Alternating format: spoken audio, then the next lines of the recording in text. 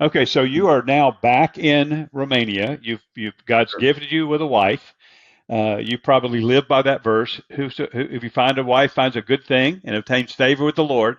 Amen. And you guys are launching and building Emmanuel University. So pick it up. But that's just what a great already. It's almost like a movie. This is such a such a God story. It is a God story. And the best part about what we do are the students who then turn into graduates who then, go on and start businesses. And again, we tell every one of our students that we want them to be visionaries, business missionaries, Mm-hmm. Uh, so there is this notion that only people who serve on Sunday as a pastor, as a missionary, so we very much, and this is one of the areas that we had to publish and research, and we did courses on what are the biblical bases for work, what are the biblical bases Mm-hmm. for ministering, and the way I talk all the time is that for a business person, their profession is their pulpit, and oftentimes a business person has more impact and more opportunities to impact than even a pastor because they travel, they interact Absolutely. there's also, and I use this term very often, the distinction between a satisfied customer and a paid salesman. I think there's a misconception against pastors, like, well, of course you're going to preach the gospel and tell me that I should live, holy living. That's your job. You went to Yeah. seminary. That's what you're supposed to do. That's my story. I heard when I was a pastor, I heard that loud and clear, as you know, and it broke my heart that they thought I did that because of money. Right, right, exactly. So I think that business people have a unique opportunity to do what I call Monday through Friday ministry, to go and interact with people that normally wouldn't come inside of a church. And keep in mind, we're in the European Union, where less than 10% of the people go to church on a Sunday morning. Mm. People are very materialistic, but people are very progressive in their ideas. Some would say quite liberal.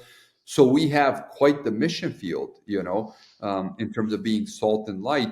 And I think that Romania has a unique position to impact both Western Europe and the eastern part. We're on the cusp of the Mm-hmm. 1040 window. We have historical relationships with the Ottoman Empire, all the way to India, parts of North Africa. So I think Romanians are kind of like in the linchpin of civilizations, as Samuel Huntington would call us. And I'm really grateful that the Spirit of the Lord is moving, and there is that missionary zeal, and we are thinking about how can we be of service to people around us. Because for the last 35 years since the revolution, we have really been helped. We had a lot of partners that came over, helped us, building the buildings, establishing the churches and everything else. So my prayer is that over the next period of time, we're going to be the ones helping out. Well, it's interesting. First, I got to say, I'll sound like a tourist advertisement. I love Romania. I've been there a couple of times. It's a beautiful country. I find the people, on the whole, to be incredibly welcoming and friendly and helpful. Of course, that's not everybody, but it's not everybody everywhere or anywhere. But I loved it. Always felt very at home there, very welcome. And when I was there the second time, and I forget now, it was 2021, maybe 2022, coming off the pandemic. And I remember when I was speaking, we had a businesses mission conference that was sponsored by the BAM Connect there, and uh, the Lord just gave me a word. I don't usually have this happen, but He gave me a word to say that I believe that Romania is going to be one of those epicenters of business's mission for that part of the world. And you remember that. And it was not. I don't usually make prophecy per se, but it felt very very clear that God is doing something very special. So I just want to affirm what you're saying. I agree with you. And for those of you listening who, if you haven't been able to get to Romania and meet with some of the brothers and sisters there, some of the things that God is doing, it is very powerful. And it's not without opposition. It's not without problems, but you can, I won't say feel it. That's not the right word, but you can sense it. You can sense that, and you've heard me say this, Sebastian, before. Aslan is on the move. That's right. And Romania is one of those countries where that's really, really true. So I love it. Keep going. This is a great story, brother. Thank you. And again, I appreciate all the people that we know and all the people that we don't know who have contributed, with their prayers, with their gifts, with their ideas, and everything else.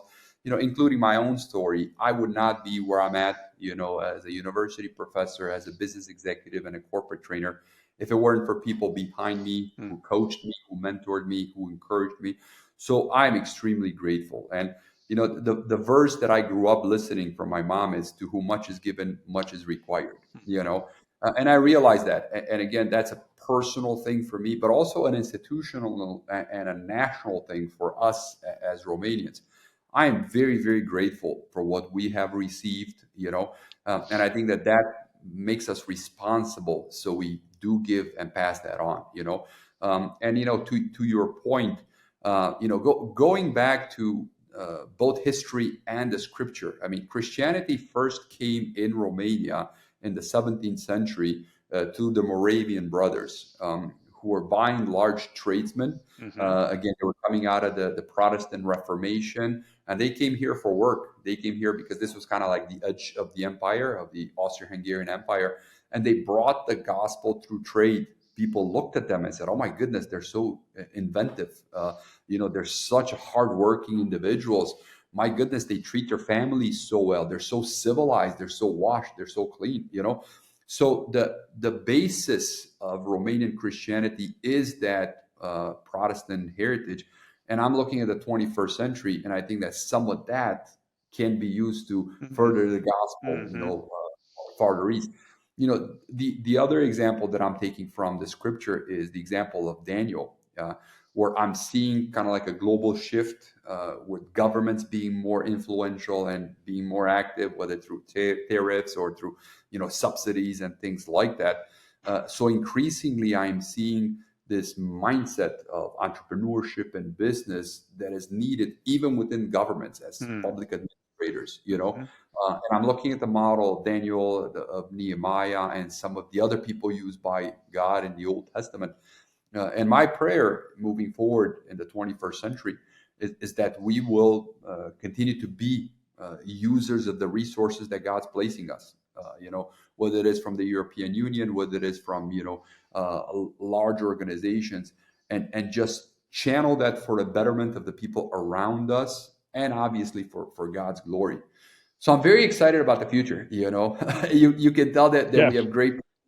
I feel that at our university, Manual University, and within the community, because you mentioned the community, we are a thriving Christian business community, the BAM people here. Again, I don't want to throw numbers, but there's about 10,000 of us. Plus, there's a very powerful diaspora movement, which now is kind of waking up. Mm-hmm. Individuals that have left for a while, places like Ireland, Italy, Canada, who are now thinking, hey, listen, how can I use my business, my profession as my pulpit so I can do ministry? So I'm seeing all this movement. It's almost like first century, people building tents together, and they're doing a business thing, and they're going to travel to Africa, and then they're going to come back, and they're going to do a trip to South Korea. Very exciting times. Very, very exciting times. What a beautiful thing, Sebastian. What I'm hearing you describe is that Romania is not to be understood as a receiving country, Right. but as a sending country. Correct. And that again, your history is beautiful when you bring that in. The Moravians, they are known for their integration of business and faith together. And so the seeds were planted there by a group that was also known for the 100 Years Prayer Meetings. This is not man's ingenuity. This is not just human drive. This is a God thing, a God movement continuing, even through all the dark times. And obviously you lived it when I was there, and I heard many of the stories of Ceausescu and his reign of terror. But how God has just kept the church, kept the body through that, and now it is blessing the world once more. Yes. That's just God, that's so encouraging. So at the university, and I know it's not the only thing you do. Like I say, you're an entrepreneur. You start businesses. You consult. You train outside in the corporate world. Technology is a big thing for you. Um, Mhm. but you are, I think, at heart a professor. It seems like that. If you had to pick one title, that would Yeah. probably be it. Mhm. Um, so and I'm gonna expand this to a series of questions. But as a professor working with generally younger people, Right. what do you see from a worldview perspective? What do you see from a business's mission perspective that both encourages you and challenges you at this point? Because you have a unique perspective on that. Yeah.